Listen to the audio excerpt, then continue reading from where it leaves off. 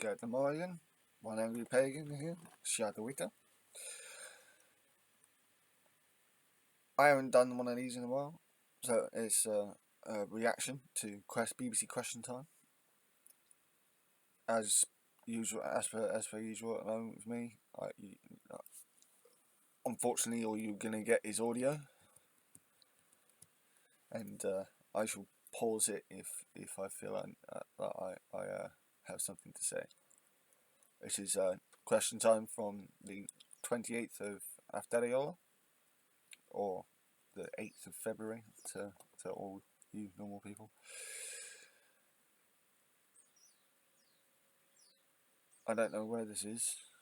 It is in Nottingham. So yeah, let's have a look. Just 2 days ago, the Labour leader said his flagship plan to spend £28 billion a year on green investment was what the country desperately needed. Tonight, he's ditched it. Will voters believe any of Keir Starmer's promises now? That's one of my worries. Now, I must say that I still want to wait for the manifesto first. And whilst I like the 28 billion pledge, I think it ultimately was a mistake to do that, to come out with that figure.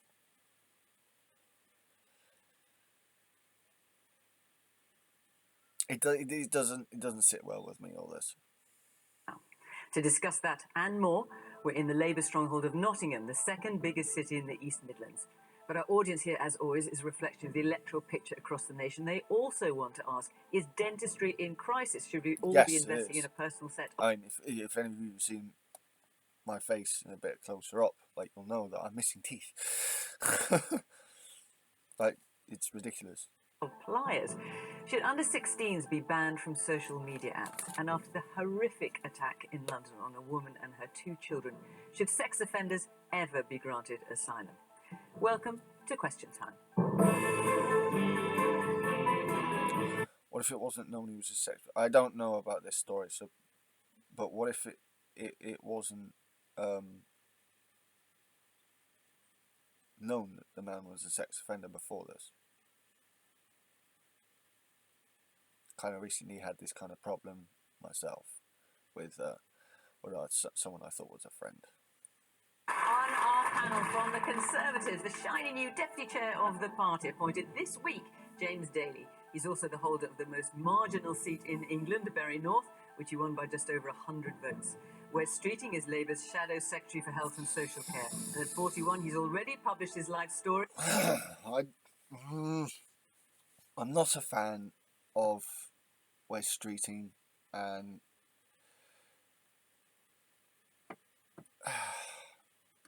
I will say, when I've heard him speak to, on Sky News and whatnot, he does come across as very clear, but at the same time, he comes across as a bit of an arrogant bellend. Called One Boy, Two Bills and a Fry-Up, a memoir of growing up and getting on. Daisy Cooper is deputy leader of the Liberal Democrats, who now have 15 MPs. She also doubles up as her party's spokesperson on health. Inaya Falarin Iman is 15 MPs, what a fall that is for the Liberal Democrats. Former Brexit Party candidate and founder of the Equiano project. That's an ideas forum about culture, race, politics and freedom of speech. She's also a contributing editor at the Daily Mail. And making his Question Time debut, Paddy McGuinness, who rose to fame playing a useless nightclub bouncer in hit comedy Phoenix Nights. He since presented popular shows such as Take Me Out, Top Gear, A Question of Sport. This year he'll fund a new series of Inside the Factory.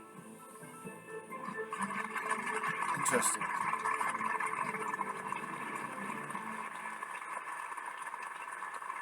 Good evening. Welcome to our panellists. Welcome to our audience here in Nottingham. Great to see you. And of course, welcome to you at home. You can catch the programme on BBC Sounds or on iPlayer. And of course, there's always a pretty lively debate going on social media as well. Right, let's take our first question tonight. There's a lot been happening in the last 24 hours. Don't know if you've noticed. Kevin Carty, where are you? With Labour ditching their flagship promise to spend £28 billion a year on green investment, can we believe anything they say or pledge? Right, Wes, you're up. What's the answer to that question? It's actually because we're making difficult choices and because we're being honest about the fact we can't afford to do all the things we would like to do, that you should place even greater trust. Okay, to be fair, they have said this numerous times over the past 2 to 3 years. I have to say, I've heard that from numerous people from Labour, from Starmer to Reeves. I've heard, Wes Streeting as well now. Lisa Nandy said it. I've heard this line from Labour before, and I wonder if it's if it's going to come across as a legitimate argument to the public. And greater confidence that the manifesto you'll see from Labour at the election is one that can be delivered and one that can be afforded. It is no secret that since we made that £28 billion announcement in 2021, the economy has changed for the worse. Because see, whilst yesterday really was bruising like for my optimism, like there was always that bit in the back of my head, like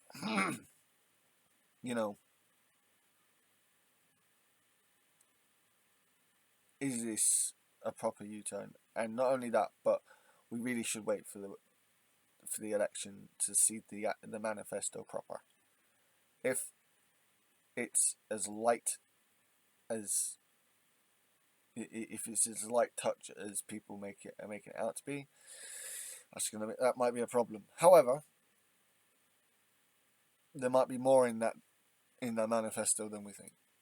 So, cost of borrowing has quadrupled, and that is in no small part thanks to the disastrous mini-budget, which has not only trashed the nation's finances, it means that families across the country are having to make even harder choices than we are as politicians, like the parents who are having to put essentials back on the shelves in the supermarkets because they can't afford them because the prices have gone up, like the families who are having to tell their kids that this summer there won't be the holiday abroad because the mortgage has gone up, because the rent's gone up.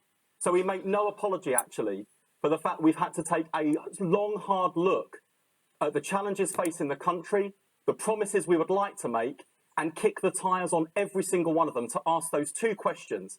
Can we deliver it? Can the country afford it? And going back to what I said earlier about Wes, one of his upsides is he does come across very clearly. If the answer to either of those questions is no, it ain't going in our manifesto. The alternative is where we've been before, frankly, where we've been over the last 14 years, which is promises made in elections, subsequently broken. And if there's one thing that's in even shorter supply in our country than money at the moment, it's trust in politics and politicians. So the challenge for the next Labour government, if we win the next election, is to rebuild the public finances and your family's finances, to rebuild our country and our public services, but also to rebuild trust in politics. And that is why we have had to look at our manifesto commitments very carefully and all of the policy ideas that are floating around and make sure that we can go into the election and look you in the eye and say every pledge we've made is a pledge that we can deliver and a pledge that the country can afford. And I think that's the right thing to do, and I'd rather get hard time now than let you down after the election. See, again, very clearly put. That's a very convincing argument. I have to say, I'm not a fan of Wes Streeting. I think he's an arrogant prick. But that was a very convincing argument. Very clearly put, convincing argument.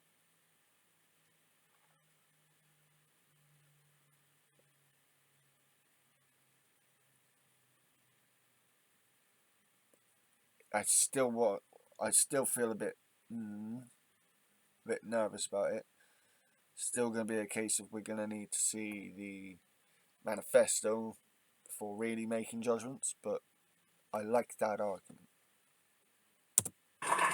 So, obviously, this announcement was just made today by the Labour leader. Explain this to me then. If in order to fulfil the Green Investment Plan, it was originally thought £28 billion a year was needed, and now it's going to be £5 billion a year. Was it a wild overestimate originally, or is it a wild underestimate now? Because the difference between those two figures is enormous. No, I think it was always ambitious, and that was made clear when we first made the announcement in 2021. They said again and again, this is an ambitious plan, and through the conversations we've had since. But where we've landed today is in a place where we can say we've got a plan that would cut bills for families in terms of energy bills, that would help get the economy growing and create jobs in part of the country where we've seen, frankly, industry pack up and leave over the decades. How can you do what Keir Starmer was saying he'd do today, which is pretty much everything he was planning to do originally, but on a fifth of the money? Well, hang on. The commitment to clean power by 2030, which is one of Labour's 5 missions for government, we've made a whole series of commitments on that, fully costed, fully funded, and those commitments remain. There were lots of other things that we would have liked to have done in addition that would take us well beyond the £23.7 billion we've committed to spend in total over 5 years. And it's those things that internally in the manifesto process, we've had to say to colleagues, no, I'm sorry, but we're not going to be able to do that. And that's not easy. But I'll tell you what, it's actually a lot easier for us as politicians making those choices than it is families that are making even harder choices for themselves at the moment. And we're not willing to gamble with your money and the nation's economy in the way the Conservatives have, which has left the whole country paying a very, very heavy price indeed. Okay. Well, on 311 occasions, Labour Party politicians have said they are going to go ahead with their green £28 billion revolution of the economy, as they described it. On over 60 occasions, Keir Starmer has U-turned. I just have to say that again. On 60 occasions, he has U-turned. So when Wes talks about promises made and promises broken, well, that's a U-turn, isn't it? And he's done it on over 60 occasions. And just how many U-turns have the Tories gone and done? Many more. Now, I can understand a political party, and quite rightly, you are good. Well, hopefully, you're going to. I'm sure I'll be challenged in terms of something in respect to my party. But I can understand putting a manifesto to a country where you actually believe in something. But just putting something out there, then having U-turn because it doesn't seem popular, that's not what a government is about. No. See, this isn't about it not being popular, you fucking twat. You fucking idiot. Like, he just didn't listen. This isn't about whether or not it's popular. It's about whether or not it's affordable. What is quite obvious and what is quite simple is that there is no plan from Keir Starmer's Labour Party. They will say anything. He will say, in terms of addressing the question, he will say anything to get your vote. And in terms of this plan, in terms of the issues we've been talking about his financing, let's all come back next week because he'll have U-turned by next week because this is what he continually does. So if you want a party that has a plan, that has a plan for this country, that has 5 pledges, which we are asking you as a Conservative Party to judge us on, please vote for the Conservative Party. Do not vote for a person who you all know. I can understand why some people will vote Labour come what may, but you all know you cannot take a word he says seriously because he will U-turn immediately in respect of that. No plan, high taxes, disaster. All right, lots of high taxes. We're at the highest tax point we've ever been at. You bellend. a shot up. Let's hear from some of you. The woman there in the stripy scarf. I'm pleased to hear that it's more of a realistic figure, but then there is the question, a bit like Fiona said, is it going to be enough money to actually meet? Right, okay, yeah, I get where this question is coming from, but as has been put to me several times today already,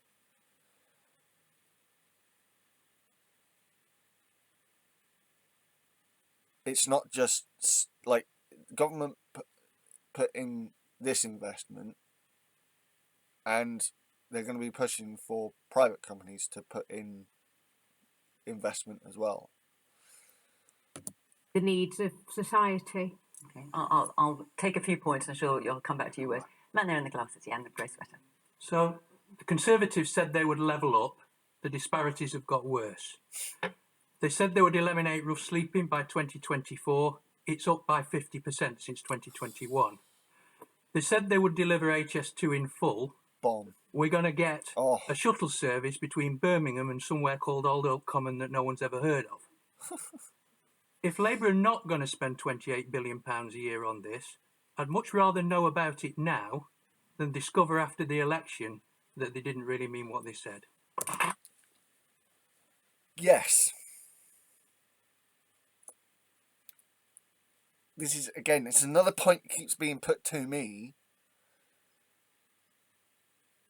I'm like, yeah, that's a good point.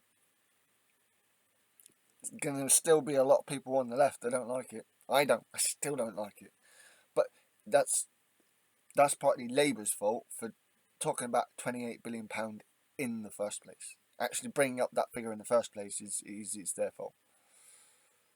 And further back, the man in the glasses with the dark blue top. Yeah. Yes, you, sir.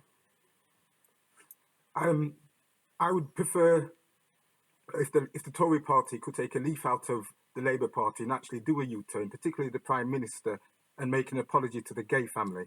Fucking right. To the Jai family. To the Jai family, sorry, yes, to the Jai Too family. many. Jai. Yeah, I've got to admit, like, for a while I didn't know how her fucking name was said. Like, I've heard it said gay, as Jai, as Jay. I don't fucking know. But whatever her fucking name is, like, Brianna's mum didn't fucking need that from Sunak. What a tackler's bellend. Who was Yes, murdered last year. they could take a leaf from the Labour Party, the Prime Minister particularly, and show that he's a human being that understands people's feelings and their experiences, and make an immediate apology to the family. Sunak's a fucking robot. Of course he's not going to show any kind of empathy on that. His behaviour is shocking. He's not infallible. He's a human being. Yeah. And if an individual makes mistakes, the best thing they should do is put the hand up and say, I'm sorry. Okay. Man there in the grey What's he done? He's doubled down. Yes. For us now as the electorate it's who do we trust? Because with all due respect, the Conservatives, like the gentleman rightly said about HS2, you've cut that short, and that was a complete waste of money in the end by the time it's actually going to get up and running. Labour, unfortunately, have got also skeletons in their closet, and I think the problem now is, as an electorate, who do we trust to manage the books? Because both parties have let us down. And what do you think of what Keir Starmer had to say today in terms of ditching this £28 billion a year? I'm the same as the gentleman just mentioned. I'd rather someone come out now before they're in power and say, you know what, those numbers don't add up, we can't do this, and rather than say it now, then after they get into power, then let us down afterwards. I'd appreciate that honesty at the early stage, because that, for me, would give me more trust. But I think both parties really need to work hard about how they're coming up with their figures and managing the books. All right. So, Paddy, let me come to you. This is your debut on the programme. What do you think of what you've heard?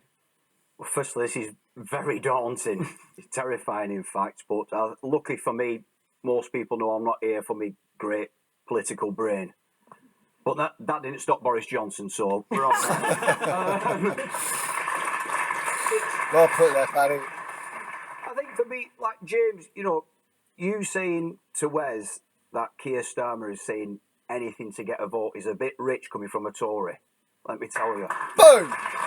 We're Go still for waiting it, on mate. the £350 million a week Boris Johnson promised us. It's coming. It's here. It's here. Whoa! It is. For the NHS, you're saying? Yeah, Yeah, for the NHS, yeah. It is, Paddy, I'm afraid. Well, where is it? It's been put into the NHS. Why is with the NHS with on the its other knees? 46.5 billion over the next 3 years. Why is the NHS on its knees if it's here? Why are they going on strike, nurses and doctors, if it's here? The NHS. Where is it? The Fucking NHS, go on, answer in him. respect to the Cunt. areas where we are delivering excellent care to local people in the town, Bury, the next It's not town, gonna the next accept town that. to you.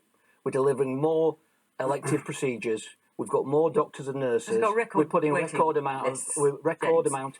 Well, Record waiting list obviously- today for cancer in England, for example? Obviously, the situation with the pandemic has aggravated that, and there are other reasons. And the doctor strikes, unfortunately, do not help the situation. Well, let's get back to The point. I hate Tories for this fucking shit. They wouldn't be striking if you'd actually funded them properly, you bellend. to the question from Kevin. Can we believe anything that Labour say or pledge? That's what Kevin's asking. I mean, what do you think about this decision today, Andy? I see myself as a floating voter, and I think this day and age, certainly the last 5 years, politics seems to have been led by personality. And if you look at Boris Johnson and how he did it to get into power, that's a prime example. And my worry with Keir Starmer, well, not a worry as such, is what he said today, and I don't know the ins and outs of it, but I almost kind of admire him for doing it now rather than after they get in power. Because after having the country decimated for the last 14 years by the Conservatives, I think they're an absolute shoo-in, Labour. I'll be flabbergasted if they don't get in. And I think him saying that, for me personally, I think, well, I'd hate for him to say that after he got in power, and then you feel even more let down. Okay. But with regards to the climate crisis, most people, most taxpayers, kind of do their bit. You know, you've got every coloured bin outside your house, and you put solar panels on your roof, and you do all the things you try and do to help. But at the end of the day, it's up to these lot, governments around the world and big business. It's not on us. We do our bit. It's these lot who need to get their act together, really. Okay. Daisy. I've not got anything to argue with from Paddy McGuinness there.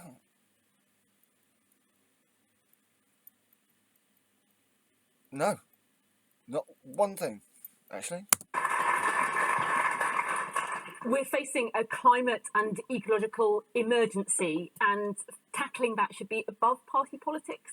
It really, really should. I'm the vice chair of an all-party parliamentary group in Parliament that looks at the things we should be doing to tackle climate change, because we simply can't afford any more climate failure.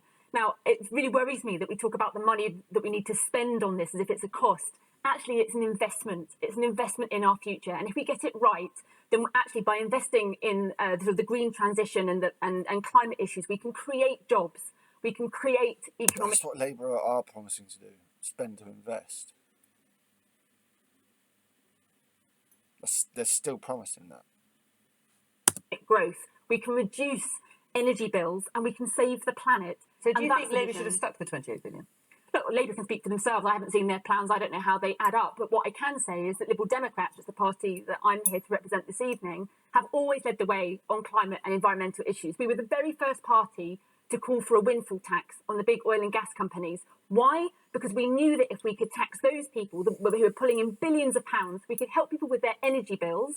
We could double the warm homes discount, but also we wanted a proper windfall tax so we could invest in an emergency 10-year insulation programme to reduce people's energy bills, to make their homes warmer, and to tackle this climate crisis. That's the kind of vision that Liberal Democrats have. Do you have a figure as Liberal Democrats that you would want to be spending every year? Not yet, but it will be in our manifesto, and every single general election, the Liberal Democrats have a fully costed manifesto. So the question is, with Labour ditching this flagship promise to spend £28 billion a year, can we believe anything they say or pledge? That's Kevin's question. I think Kevin raises a really important point. I think it's all well and good, many of us saying, well, it is laudable that he has acknowledged that the economic situation has changed and that he's saying this before the election rather than after.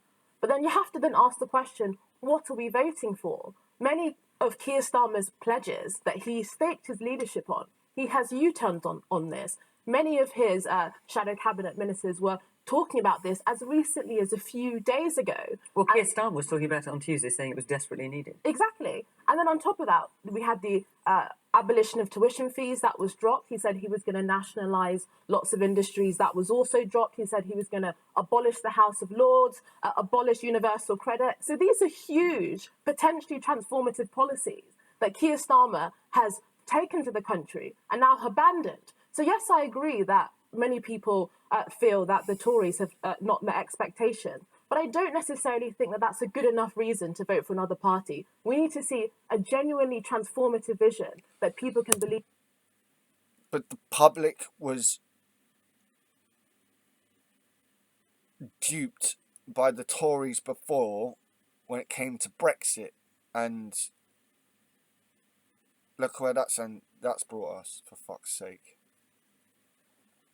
Even not just having empty promises and effectively a conservative light. Again, like, she says empty promises, but the point here is that this wasn't an empty promise. They're saying, look, we want to do this, but the worse and worse it gets, the less and less likely it looks that we're going to be able to actually achieve this stuff. So we need to moderate, at least for the first term, what we can expect to be able to do.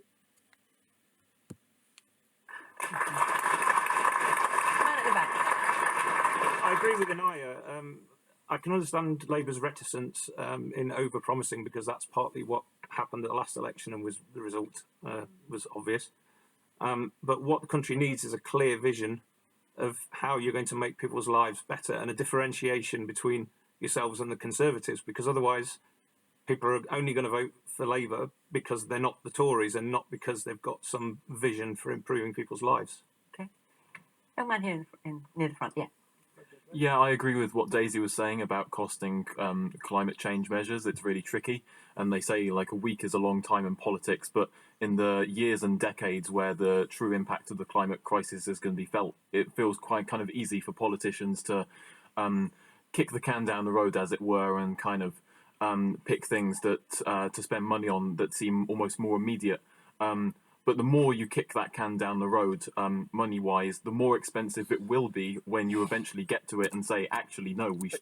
If there's not the money to put, if there's not £28 billion to put in straight into it, then you can't. I really wish Labour hadn't come out with this £28 billion figure. Really do. Should be spending money on this. And when it comes to other things like the NHS and the economy, obviously the climate catastrophe is going to have a massive impact on that. So I think in terms of spending money on the climate crisis now, I think it is much needed, and it's a shame to see the 28 billion get watered down, really. Okay, let's go back to Kevin, because you asked this question. What do you think of what you're hearing? I think I don't really believe most politicians what they say. They What, of any shade, any colour? yes, Right. particularly, you know, Labour probably more than the Tories, but the Tories, as we've just heard most of the questions here today, sort of like they've both done U-turns on some of their major policies. So it's not just little side policies they've done; they're doing U-turns on their major policies.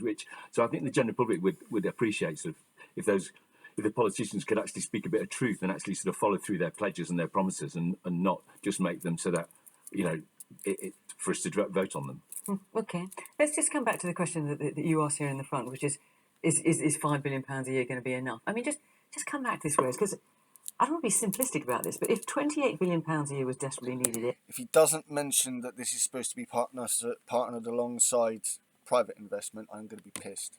Every year, and that was going to be ramped up in the lifetime of the Parliament, and Keir Starmer wants to get to the same point, but on a fifth of the money.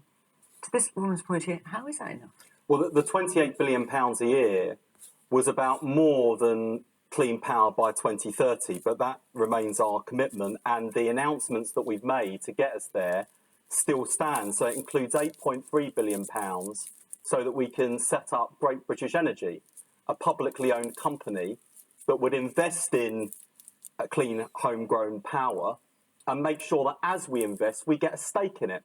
Because actually there's loads of publicly owned energy companies at work in this country. They're just publicly owned by other countries in Europe who benefit from our bills and the profits generated here. Okay, but to why that don't we woman's get a point, piece of that? even though it's a fifth of the money, you're saying, I know we thought it should be. Please just say that this is that, you know, you're going to be looking to get it from private investment as well. It needs to be 5 times bigger before. It's going to be a fifth of that now, and it's still going to be enough. Yeah, and with £7.3 billion for a National Wealth Fund, that will invest in British industries to make sure we've got electric vehicle manufacturing here, to make sure we save our steel industry and don't let it fall on its backside, a British jobs bonus of £500 million, so that as companies look to invest, we incentivise them to invest in those parts of the country that currently lag way behind London and the South East in terms of well-paid jobs. And the final thing I'd say is this isn't all about public funding. A lot of what Labour's plan is geared towards is investing so that we unlock private investment too.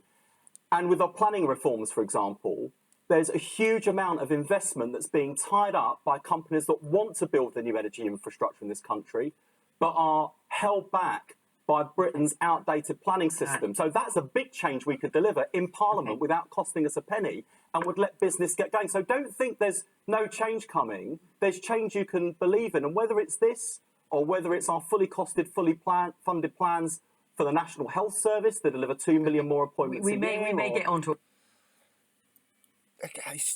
Okay. I mean, yeah. Again, he put it very clearly. He explained that very well. Well, but this is the thing, but it's important, Fiona, because one thing I just... I know, but I just so you don't end up repeating yourself later in the programme. I agree with pretty much all the criticisms of Wes Street, and I don't like him myself, but he really is good at communicating. And him having a baby face doesn't I don't think hurts with the public either. Okay, I'll come back to that later, but just on this point of trust in politics, the reason I winced actually when Paddy said, well, you guys are a shoo-in, we don't take any votes for granted. We've learned through bitter experience actually as a Labour Party. And we know that it's not enough for people to reject the Tories. They need to positively vote for Labour. And we believe that's far more likely, and that you're far more likely to re-elect us if we have a manifesto that you can believe in. And that's why we're making the hard choices now. All right. We may come back to this subject on other programmes, but I'm just going to let you know where we are next week before I take another question. So next week we're in Lancaster, and the week after that we are in Maidenhead in Berkshire. So if you'd like to come in the audience for either of those programmes, you live there or thereabouts, go to the Question Time website, follow the instructions there, and we would love to see you, Lancaster or Maidenhead. Right, let's take another question from Carla Spencer. There you are. Dentists say the NHS dentistry recovery plan is not worthy of the name. Is it time to invest in a pair of pliers? Oh, Carla. Oh, my goodness.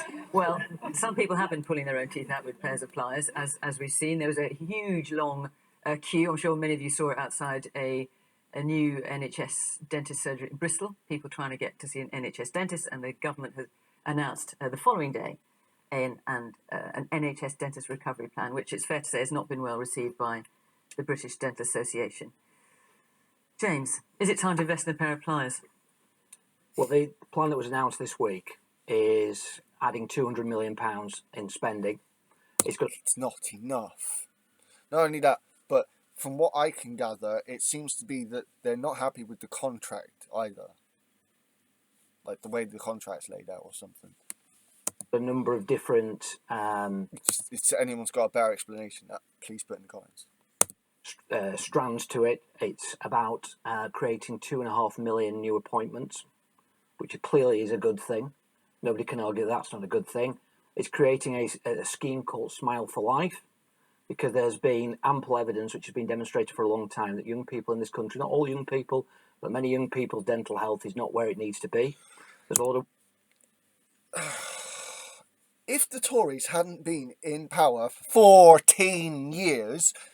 This might sound reasonable, but it isn't, because the Tories have been in. Where was this dental recovery plan 10 fucking years ago?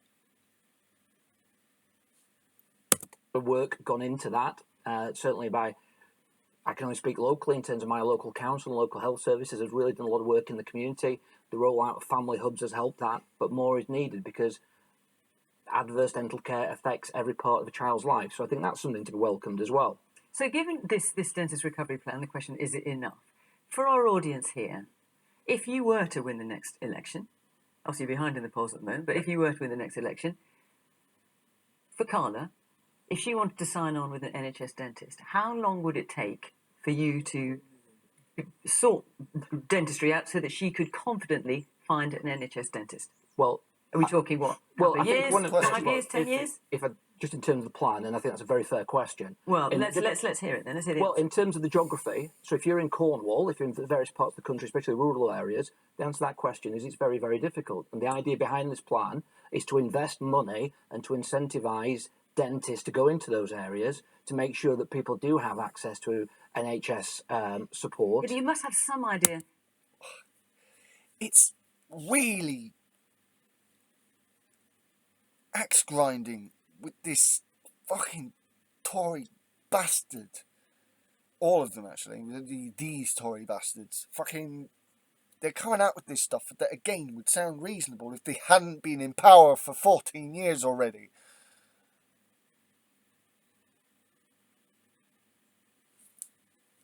Come up with when you think it might work. Otherwise, it's just kind of finger in the air stuff. So, say Carla lived in Cornwall.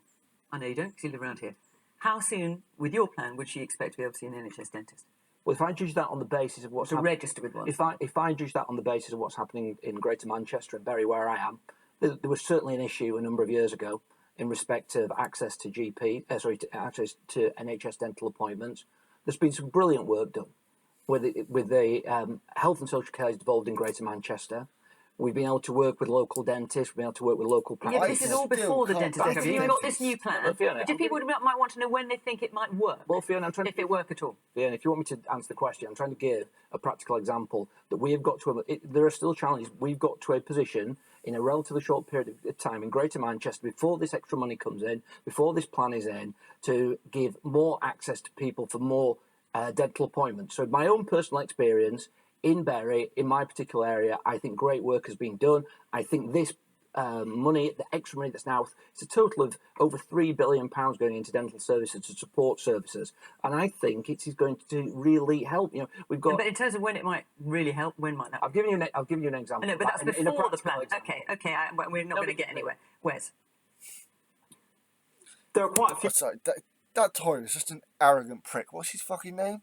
James Daly. What an arrogant cunt.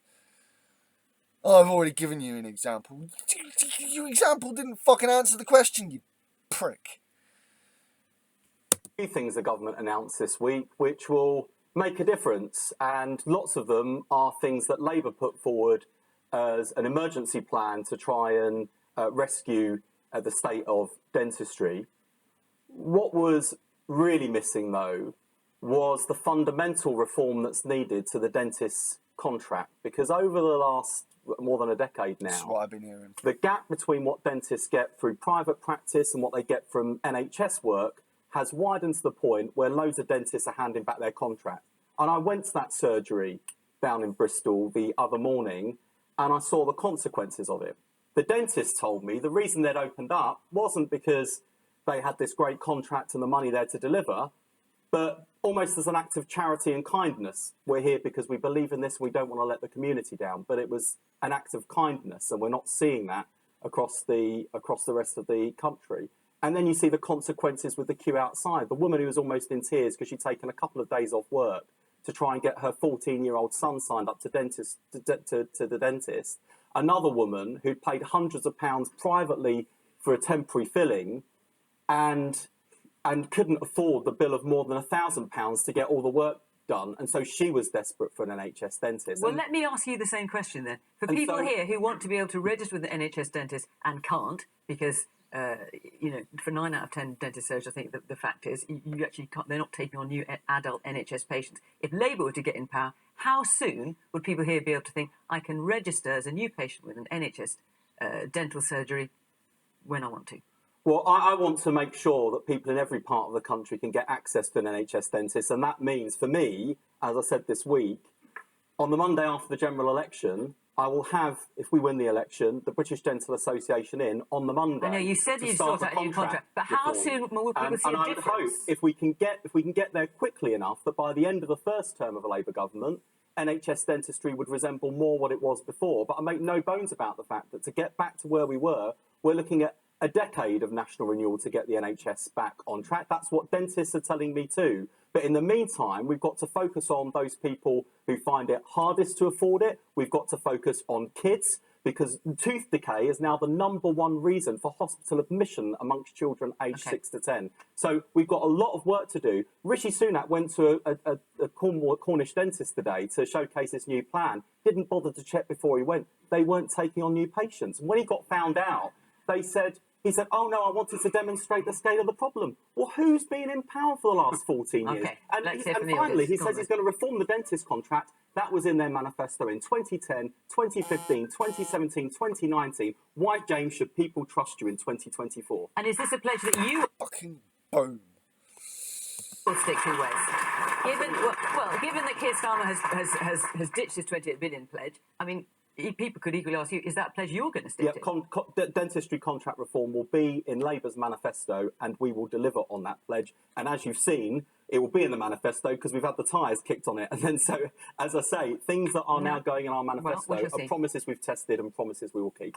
No, further back. The man in the glasses there. Yes. I just want to say I'm an NHS dentist. Oh, right, let's hear from you. You're an NHS dentist, okay. Before you ask, Queue forming very quickly. Yeah. There he is, folks. If you want to register, he's sitting right there. we're not taking on any new patients because since 2006 the contract has been capped. Once we reach how many people we're paid to see, we can't see no more. And in the last 5 years, mainly, 50 phone calls a day. Are you taking on new NHS patients? And I was appalled at Victoria Atkins yesterday on Radio 4 saying that we'd rather do cosmetic dentistry because it pays more. That couldn't be further from the truth. We want to help people, but we're not given the money to enable people to have the access to get the care that we want to give. So whoever gets in at the next election needs to give more money, needs to find more money from somewhere. We've got 4 million children that don't have access to a dentist, 40,000 a year put to sleep for teeth out. It's a disgrace. Yep. And it's all down to the Tories. Well, the government, obviously the Conservatives have been in power for 40 years. I should point out that the NHS, the dentist contract was under the Blair government in 2006, so that was obviously something that came in under Labour. Paddy, is it time to invest in a pair of pliers? Funnily enough, my dad did that. What? He took his own teeth out because he couldn't get a dentist appointment. And this is a few years back. So I know that firsthand.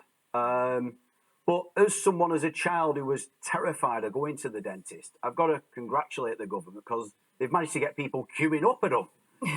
People can't wait to get in the dentist now. Everyone like, get me in there. But I spoke to a dentist today, funnily enough, and I'm glad you're here, sir, because if I've got this wrong, and I often do get things wrong, you might be able to help me out here. But there's a thing called UDA, which is a unit of dental activity. So if you're an NHS dentist, you'll get X amount of these UDAs. So let's say it's 10,000. So someone will come in for a scale and polish, that's 1 UDA. Someone will come in for a filling, that's 12. Someone a crown, that's 20. Now that NHS dentist has to use up those UDAs. And if they don't use them up, they'll get penalised. And if they go above the UDA, nodding from the NHS they'll get penalised again. So they're stuck between a rock and a hard place. And it's almost becoming, you know, they do an amazing job, but you don't want to be going to a dentist who's doing target-based care as opposed to care-based care. I mean, I think the other issue is you get paid the same for 1 filling as for 10 fillings. Yeah, so so the incentive to spend less time on a patient. Yeah, you don't take one thing from Sainsbury's or a trolley full and pay the same amount, but that's the system we work under. So if you need 10 fillings, I get paid 30 quid. That takes me 3 or 4 hours work. If I do one, I get 30 quid, sort of thing. It disincentivises you. Do you have again? I'm really sorry because if I come across as ignorant, but when you get your UDA, if it's 10,000, how do you feel? You know, if you care about your patients and you want to see more patients, that moral sort of quandary you get yourself in, because if you see more than what you've been given, how do you deal with that? Well, if you see more, you stop working because you don't get paid any more above the contract. And if you see under, you get clawed back the value. And what Victoria said yesterday about the money doesn't go into the ether, it does, because we then lose that work. Okay, Ina. So I will, in some ways, congratulate the government. At least, for example, regional inequality in this country is absolutely extraordinary. So I do think that it is good that the government is trying to incentivise after 14 years. Public services to be spread across the country at least more evenly. But I recognise that this isn't a long-term plan. And actually, the British Dentistry Association has said that since 2010, spending on dentistry has reduced by £1 billion. I mean, that is extraordinary. So I think that we need a long-term strategy. And there are just even simple things that could be done. So there is a cap on the amount of dentistry students. And so each year we can only train about 1,000 people. And so I think that this could also contribute to staff shortages. I mean, at the end of the day, what we see with many other industries is that rather than training our own people, we often recruit people from abroad, from countries that have already quite low provision when it comes to their own public services. So I think one of the things that the government should look at, a very simple measure, is removing the cap on dentistry students. But also I think it's right to point out, as was mentioned, the contract changes, which I think is absolutely ridiculous. And this was introduced under the Blair government, but it has been a problem for dentists for several years now, but the government has done nothing about it. So whilst we train our dentists and that there should be an incentive to do in the public good, it has to be economically viable for dentists, and currently it's not. Daisy? Well, whenever I go around the country talking to people, I hear two things that people want: GPs and dentists. GPs and dentists. GPs and dentists. And I can tell you that at the next general election, the Liberal Democrats will have incredibly bold promises on access to GPs and dentists. So the crazy thing about dentistry is, unlike in parts of the NHS where we don't have enough doctors and nurses and psychiatrists. So how would the Lib Dems get enough dentists? Well, let me just say, in other parts of the NHS, it takes a long time to recruit people. With dentistry, we've got thousands of dentists who want to do NHS work. This is the crazy thing. This could be fixed actually quite quickly if you had the political will and the investment. So there's two. Wes is right next to her, nodding, because this is just what he was saying. You know, if we get them around the table on the first day in Parliament, then in government, then we can get this done pretty quickly. And by the end of the first term, it should resemble more what it used to be. Two things we need to do. You actually need to eat this problem from both ends. You've got to start by having prevention, and that means actually giving the money to dentists to do preventative work. We were the first party, the Liberal Democrats, to call for supervised tooth cleaning for very, very, very small children. And we want to have an emergency registration scheme for all those people who are currently entitled to have a free checkup. These are pregnant mothers, children, people on low incomes, but they can't get those checkups because there's no access. So we'd have an emergency scheme to do that, and that would sort out the prevention end. But at the same time, you have got people using pliers, using super glue to put things back in their mouths. So you also need to have emergency access for urgent and emergency care. So you've got to eat this. Where are the problem from dentists both going to ends. come from doing that? Because at the moment there aren't enough. Well, NHS dentists. Well, there are thousands of dentists in this country, and they are working privately because the NHS. No, I hear what you isn't say, but that's if you quickly want to get this emergency care available, people have got to find a dentist who are prepared to do it. So there's two things you would do. There's something called flexible commissioning, which means you can use the money in the UDAs differently. And there are some really exciting models around the country as to how that's happening. You could do that very, very quickly, and you could improve the way that that's done. One example, I've been to see a dentist where his entire practice cancelled everything they did for the 9 days over half term, the 2 weekends and the 5 days. And all they did for 9 days was checkups on children. That's an amazing piece of work in that town. There are things that can be done with flexible commissioning, but longer term, you have got to reform the contract. Okay. No more excuses. It has to happen. There was actually... It's almost like Labour and Lib Dems are in lockstep on this one. Underspend as well. Last year, a £400 million this is Wes talking now, and now the Lib Dem deputy leader, Daisy Cooper, now she's agreeing with him. It is on this, it's like Labour and Lib Dems are in lockstep. So if the Tories are demolished to a point of they're not actually the official opposition, if Labour and Lib Dems have got similar plans, this could get through really quickly. Underspend in the NHS dentistry budget. Imagine if that £400 million had been diverted into making sure those people who are currently stopped from accessing dense streets, they can't afford it. Imagine if we put that £400 million into dentistry. Well, hang on, we've got so the they can government here. provide the Why NHS was there service they 400? wanted. Why was there £400 million underspent? The situation here is that we are addressing a problem with the plan that we have. There's more money going in. There is. That's it. Just avoid the question. Avoid the question. She asked you, why was there £400 million underspent? Oh, we're spending more. That's not an answer. More money in terms of tackling Why regional was inequalities. there? Was it just? Why was there £400 million underspent? We are spending the money as part of this plan to address. What was the underspend for?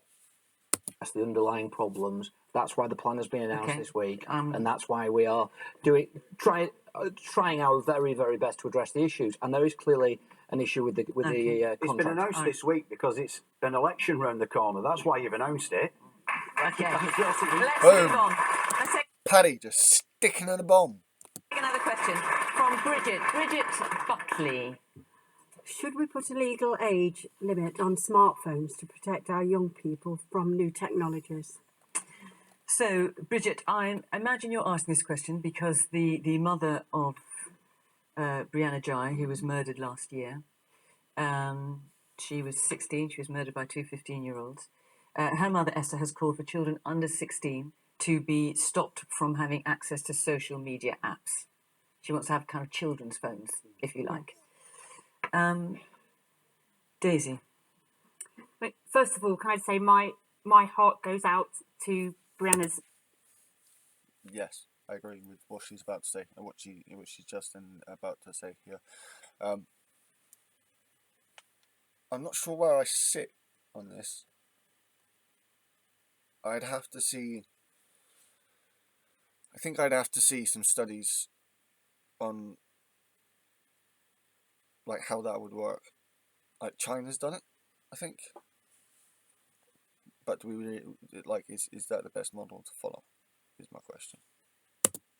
Mother and father and her friends and family, they have conducted themselves with the most extraordinary dignity and compassion. I have to say, I was incredibly moved by her interview at the weekend, and my heart really, really does go out to them at this time. This issue is really complex. The online sphere is like the Wild West, and I think we can all see the damage it's doing to young people. But is she onto something? Because the way she talks about it, she says it could be so simple. You could have, basically like bricks, that under 16s could have, and they wouldn't be able to go on social media apps, and that would at least until they're 16 prevent them from seeing some of the worst things on social media. I am incredibly open-minded, and I'm open to hearing any suggestion that could work to make the online safer for children. I really am. We have got to act in this space. The government has been. My mind is trying to tell me you could come up with an app, a social media app for kids. But how? Again, it's a case of how would you do that?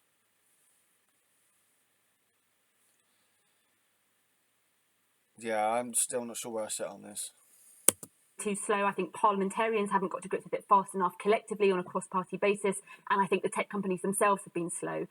I think one of my concerns with this specific proposal is I just don't know whether it would work or not. So in 2017, there was the introduction of something called the age bands. So, you can only access content online if you're this age. You can only access this content if you're this age. You can only access this content if you're this age. And it didn't work. It wasn't enforceable. And actually, when we passed the online safety bill That was what I was looking for. Like, how do you enforce that social media app just for kids? Kids get very nasty. I mean, they always did, but like with social media, it gets worse. And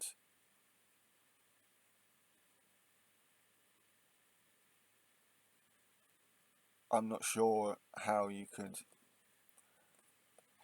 enforce the limits on what these kids and teens could do on these sites. So, yeah, as much as I,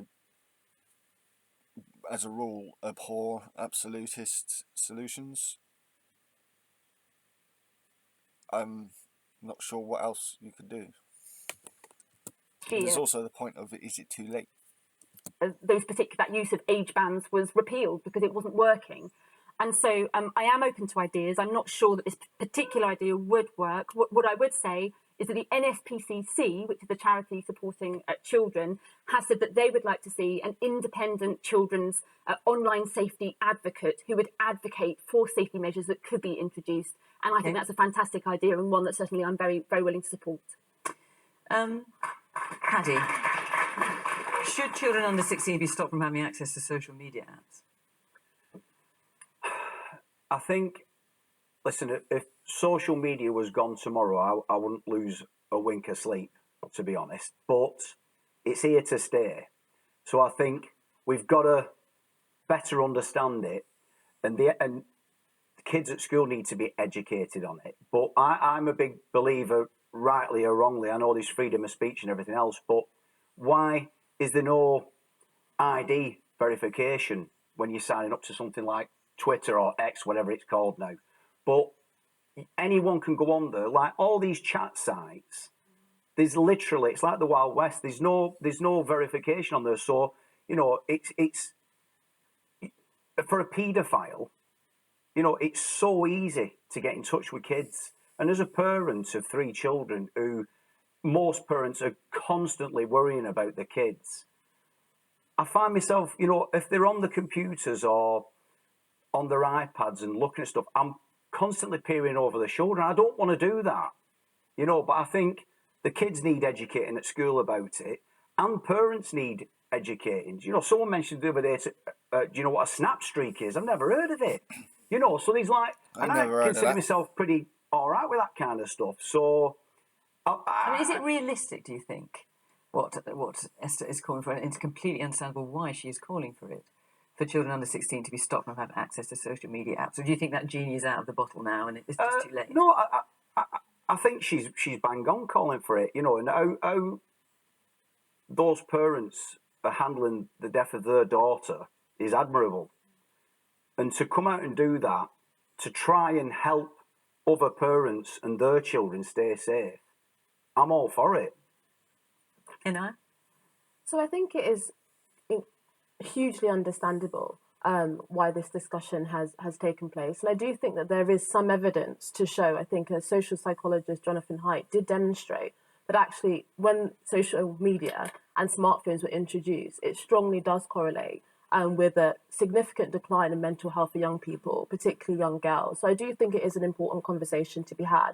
But I think Paddy's absolutely right in terms of empowering parents to be much more technology literate. So there are actually things that parents can already do, such as filtering the internet. And I think there are conversations to be had about age verification and so on. So I don't necessarily think the solution is banning things. I do worry increasingly that banning access to smartphones or social media is becoming a kind of panacea for a whole range of issues. I've heard politicians talk about, when it comes to knife crime and serious youth violence, to remove access to violent videos online, but also we talk about this when it comes to Islamist extremism, if only we stopped having access to the internet. So I think that it is a much deeper kind of social problem, what draws young people into extremist and dangerous ideologies. And whilst I think we'd all be better off if we probably spent less time on our smartphones and social media, I don't necessarily think it is the be-all and end-all for tackling this social problem. Okay. Woman here, young woman in the front. I do agree with there being restrictions on social media and the ages that can reach them, but I personally think part of the issue is the lack of alternatives with younger people. So again, with knife crime events, I've attended quite a few, and I'm a deputy youth assistant. So what I'm seeing with young people is that they don't have social communities, they don't have places outside of school that they can go to that's safeguarded and protected. That they see. I've brought this up before myself. When I was growing up, there were community centres everywhere where kids could go, and now they're fucking nowhere. They can interact with, which is why social media is such a clutch, because there are less of those things there. And in Nottingham specifically, their local libraries are being defunded. There aren't those places. I said that, I talked about this before in previous videos as well. Like this girl is hitting the nail. Like, it's seriously hitting the head on the nail. I love libraries, and the shutdown of so many libraries is such a shame and so despicable from the Tory government. It's like, on purpose, they've tried to make our people more, tried to make our public more less literate. That young people can access in a safe environment, so that they aren't experiencing so much social media. So would you, as because you're considerably younger than anyone else here on the panel, would you support this idea? Thanks, Wes says. Would you support this idea of banning social media apps on phones with I think children under it's 16? a balance, because what you don't want to do is completely ostracize them from the rest of the peers who will be able to do it. And technology is just growing infinitely, so it will be the future inevitably in some, if not most, degrees. So we do need to, like Paddy said, get education in there so we can utilise it effectively. But I do think being introduced to it so early should be restricted. Okay. Man there in the glasses there, in the middle, yeah. Yeah, I like that compromise. Teenagers are always going to be using social media, and social media sites are supposed to have safety checks on them and have better safeguards on teenagers who are under 18. Should the government hold these social media sites to account and make sure they enact these safety checks? Because we're seeing time and time again, the social media is failing to do this. Okay. Good question, but I would have a question in response. How would you do that? How does the government do that? How does the government enforce that on the social media companies? If anyone has any solutions, please put in the comments down below. I'll come to you on that. Let me just hear another. Yes, the man slightly further back in the blue check shirt. Yeah. Thank you. I agree with Paddy quite a lot in what he said. There's a lot of honesty there. But the fundamental problem with a lot of the issues we've heard tonight all comes down to the root cause. So the root cause that we have problems with phones, in my opinion, is that we as a society are not educating our children correctly in the use of these phones and applications, and we're not parenting correctly. Father of three, father of four. I want to make sure my children are set up for life, so I'm trying to teach them the right things. Then we come back to the Liberal Democrat lady, who earlier on stated environment really important, it doesn't come down to politics. And then in the next breath was then coming up with a political statement, which just contradicts it. The root cause is that everything that's being discussed, always revolves back to, a particular organisation's direction of travel. And then the third thing with dentistry that we've talked about tonight, again, comes back to, well, what's the root cause of that? Excuse the pun with teeth roots. But ultimately, are we educating children and families how to do the basics? Well, as parents, you mean? As parents, and brush their teeth correctly. Well, so, James, you've talked about parents recently. You were saying that you thought certainly a lot of the problem with kids in your neck of the woods in Bury North was, with children who are struggling or troubled children was down to crap parents. So, are you agreeing with the man there? Well, I think in terms of answering the question, I agree with the lady at the front in respect to this. And I also agree with Paddy. On an individual basis, I'm sorry just to bring it back to an individual basis, I do not like social media. I don't like these apps in any way, shape or form. I may be completely out of touch with reality as to where we are. I have two sons, and I have to echo what Paddy was saying. It frightens me in terms of what they are seeing and what they are doing. On a very practical level, for both of them, actually, they do a lot of their work on an iPad or a thing, and they actually have apps now which help them to do their work, which are part of their educational process. And I think to a certain extent that the genie is out of the bag in terms of social media, and the question therefore more, and I fully understand how, Esther, I would certainly, if I was in her position, I feel, and I'm not going to put myself, call for this to happen. So is this something the government would do then? You say it frightens you, you're worried for your own children, you're saying parents need to educate their children more. She's calling something very specific, which is for children under 16 to be stopped from having access to social media apps. Could the government do that? Would you like to do that? Well, I'm speaking as a father here. I'll come on to the government in just 1 second. I think that the issue is, I'm a member of the Home Affairs and Justice Select Committee, and one of the issues that we have in terms of crime is online crime. It is out of control, how we control the use of personal information, which is costing billions in terms of fraud and all sorts of but things. very specifically, because we could talk about all sorts of online crime. This is a really specific thing that Esther Jai is asking for. I think that we're in a position now where we have to have a mix. I don't think it is realistic to think we can ban all apps for all under 16s. But I think a lot more work needs to be done with the social media platforms to protect our young children. Is this something a Labour government would do? Well, firstly, I agree with Daisy that the way that Esther Jai has conducted herself in the wake of the most horrific tragedy has been remarkable, and I think we owe it to her to come up with some serious answers, including her other big call, which was for wellbeing support in school. And we've got a commitment to make sure we've got mental health support in every primary and secondary school in the country. But in terms of the this question generation have it specifically, harder than ever. So on the under 16 ban, I'm not sure this is workable. But I'm sort of in the same sort of space as Daisy on this. And the other thing I'd just say is this. And why do you think it's not workable? Because firstly, I think we underestimate this generation of young people in terms of their tech savviness. I think they find any workaround and are very good at it. The other thing I'd just say as well is that I think it's part of our responsibility of adults, as with any new thing that young people are going to encounter as they grow up, to kind of support them through that process rather than block them off and say, wait until you're 16. I think... Yeah. I can't believe I've agreed with Wes Streeton so much on this episode. Yeah. Again, I'm not entirely sure where I sit on this. I don't necessarily like the absolutist solution, but how do you enforce it otherwise? Because how do you enforce that? Yeah, that's difficult. It just comes down to enforcement, I think, and as Wes said, kids are going to find a way around this shit. I think it's about bringing people into the online world in a safe way. And I just wondered, out of interest, if, for example, because I think politics can solve lots of problems, but we can't necessarily solve every problem, and that's partly about to some of the comments in the audience.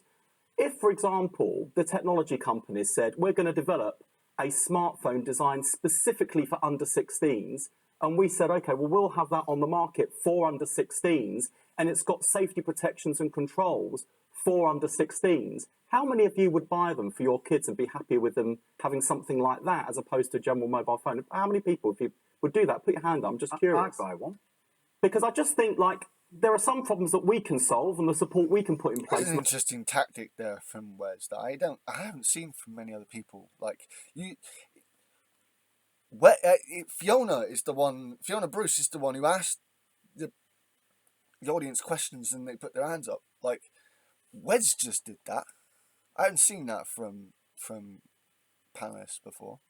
The laws we can put in place. The issue surely is if that's the only thing available, because if there are other phones available, the kids would go, no, I want the other type. I genuinely think there's an opportunity here for some of the mobile phone companies and some of the big tech companies to actually come up with a product that would support kids safely, give parents more confidence, and give young people that opportunity to start learning and growing in a safe way online with a device specifically designed for young people, and I think they should look at it. What you were saying about kids being tech savvy, I get that, Wes, but there's a lot of kids out there who are vulnerable as well. Yeah, absolutely. And so it's that a statement like that is okay, but it doesn't wash really. Well, because the other thing is, I wouldn't want kids banned, for example, we've discussed this before, but banning kids having mobile phones. I think most parents are now glad that kids have the mobile phone on the way to and from school. But I just wonder whether there's a product that could come onto the market that would actually make it a lot safer and give parents that confidence. I've got very little time, but I want to... I get where Paddy's coming from, but Wes makes a very, very good point. Using this last question, because quite a few people asked about it, from Ella Millett. Ella. Following the devastating substance attack in Clapham last week, how can the government stop sex offenders like Abdul Azaidi being granted asylum status? Right, so you'll be familiar with this story. It's a horrific attack on a woman and her 2 children. It's a corrosive chemical. Zaidi arrived by lorry in the UK in 2016. He tried twice to get asylum here. First 2 applications were refused. His third one was accepted, even though he had been convicted of sexual assault and indecent exposure, and he'd been on the sex offenders register. And this was under the Tory government as well. So he was already recognised as a sexual offender. Okay. What happened, James? Well, it's a legal process, first of all. I'll come on to what the legislative process in respect to that. It does beg a belief, but I can't talk in respect of individual cases to listen to what Fiona's just said, that there's been 2 refusals and then there's suddenly a Damascene conversion to Christianity, and that's been accepted. Well, he said he converted to Christianity for the second application as well. That one was turned down. Makes it even worse. And then the third one was accepted. I think I think there are some questions regarding the evidence that is put before tribunals and courts in respect of these conversions, and perhaps we need to look at that, and perhaps questions need to be asked in respect to that. But he was a sex offender. That's the point Ella's making. How can? Yeah, I don't think religion. As much as I'm not on board with any Abrahamic religion, like the religion's got nothing to do with this here, mate. Like, he was a sex offender. Why was he not, removed just on that bound? The government stops sex offenders like him being granted asylum status.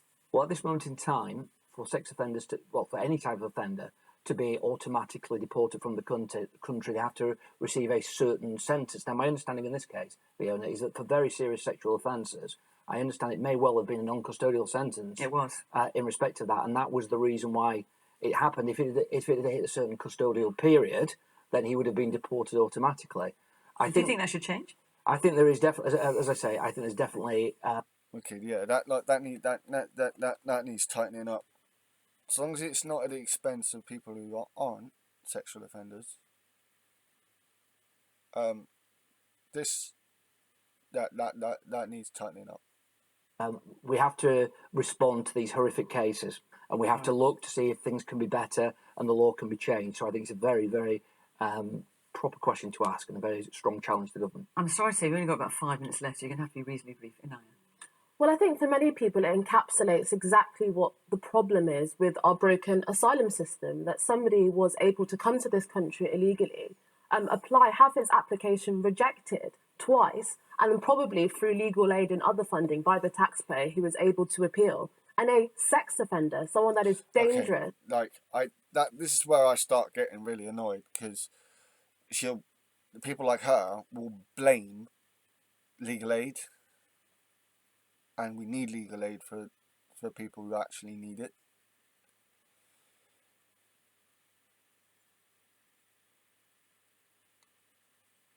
This is a failure of the system.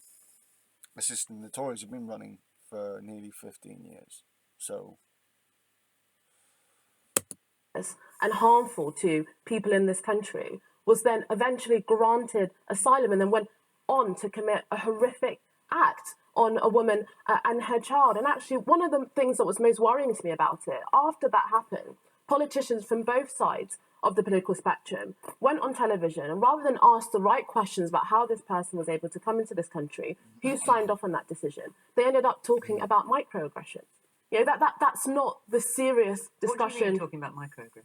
Well, they were on Newsnight talking about the fact that microaggressions against women are the things that we need to be talking about in relation to this particular. Certainly hardly a microaggression. Oh, exactly. Well, this is exactly my point, and I think that we need to have a serious conversation in this country about how certain people are seemingly abusing our system, exploiting our generosity, and are being able to commit heinous acts, and we cannot remove them. I think that is an absolute disgrace, and that is. I'm sorry, this seems like a stick to beat immigrants with. That's how it's coming across again.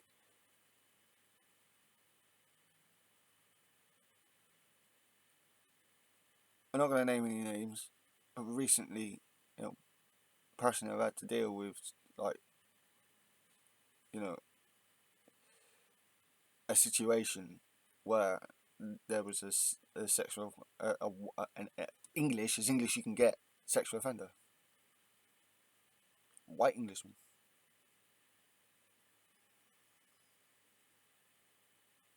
Don't fucking try me on this. I get sick and tired of the whole, the immigrants, what are we going to do about the immigrant sex offenders? What are we going to do about the English sex offenders, you fucking prick?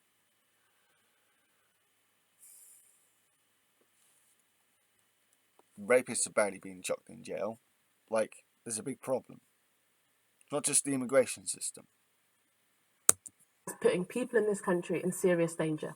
It's a tricky Really, one, what isn't it? needs to be talked about here is the justice system. Not just, talk about immigration here. Our justice system needs fixing. Because that's one of the things at the core of this. Daisy, because if he came from Afghanistan, it's quite possible the UK couldn't deport him back there anyway. Not now, and possibly at the time. So then what should happen? Well, let me just say, this was a horrific attack. It was horrific, and it was quite startling. As a woman, when we see these kind of attacks, they alarm all of us, right? Because it appears, we don't know, but it appears that it was a deliberate attack on a woman, and that is very scary. There are lots of questions, lots of serious questions that have to be asked about this case, and it worries me that we're focusing on some of the questions, but not all of them. So first of all, as I understand it, the sentencing that he was given was less than 12 months, right? The Home Office guidance is that if you're given a sentence longer than 12 months, then you are deported, but it was a sentence less than 12 months. So there's a question there which is about our sentencing rules, not about the asylum, it's about our sentencing rules. Then he was being supervised for 2 years, and during that time, you would hope that somebody would be rehabilitated, but clearly he wasn't. So there are serious questions to ask about probation and about our criminal justice system as well. And then there's a third question about the appeal. We're told that apparently there was a letter from a priest saying that he had converted. We have no idea whether the judge in that case actually considered that letter to be the critical factor or whether it was dismissed. We don't know. What worries me is that there are serious questions to be asked about sentencing, probation, all the rest of it, and the government seems to be attacking the church rather than taking responsibility for the Home Office. I've got a couple of minutes left, Daisy, forgive me. A couple of minutes left, as you have to agree. Yeah, I was going to say, mindful of time, we need tougher laws and they need to be enforced robustly. If you're a sex offender, you should not be able to use our asylum rules to make Britain your home. You should not be welcome So here. if given that he was from Afghanistan, would Labour then deport him back to Afghanistan? I think we just need to have an honest, open conversation as a country kind of detail about it will come down Well, I'm to. sorry, but why does he deserve to be here rather than Afghanistan if those are the sorts of crimes he commits? And the final thing I'd just say, as an Anglican, is I am fed up with the government blaming other people for their mistakes as if it's the Archbishop of Canterbury dishing out visas and overseeing the system. And, this has happened time and time again with the Archbishop of Canterbury and the Church of England. We don't do this to other faith leaders. The Conservatives accuse him of virtue signalling. Well, he's the Archbishop of Canterbury. It's literally his job to signal virtue. But don't blame the Church for the failings of this government and the failures of our immigration system. It's a disgrace. I'll blame the Church for plenty of other stuff, though. Anyway. Paddy, we've only got about a minute left, I'm afraid. I echo what Wes has said, really. I think tougher punishment for that kind of crime. But I also feel as though everything I've seen on the news with regards to that, I do feel as though women are being let down when it comes to the law as well. Because, if someone goes to the police with, saying they've been raped, from going to the police to it actually, if it does get to court and they do get tried, you're talking years. Years. It's ridiculous. Where's what was her name? Daisy Cooper and Paddy here have all repeat the point I made earlier about it's less about the immigration system, more about our actual justice system. Our criminal justice system is broken. And all the Tories want to talk about is immigration. It makes me fucking sick. If there are any racists out there that for some reason decide to fucking watch this, we are descendants of migrants ourselves. The white English people. Right? You do know that, right? Where did the English come from? Fucking Europe. Where did the Bretons come from? Europe! The Celtic peoples are European.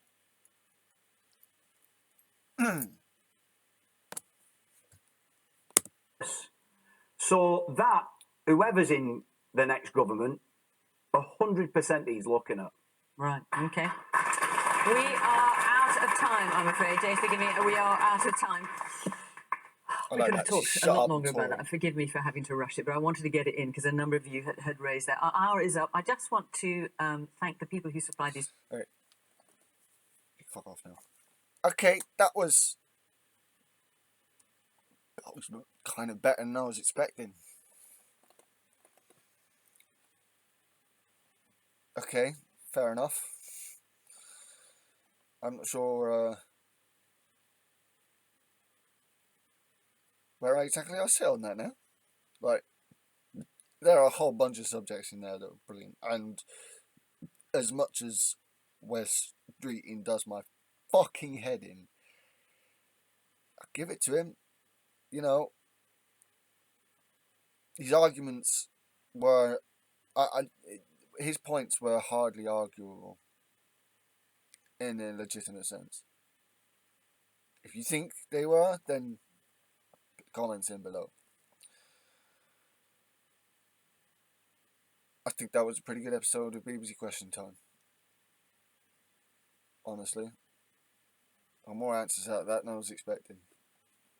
And there was Paddy McGuinness, of course. Right, fucking hell. Anyway, this has been Shadow Eater, One Angry Pagan. I hope you've enjoyed this. Please like, subscribe, and again, comment if you feel if you've got something to say. Bless the Thursday, people, and God bless you all.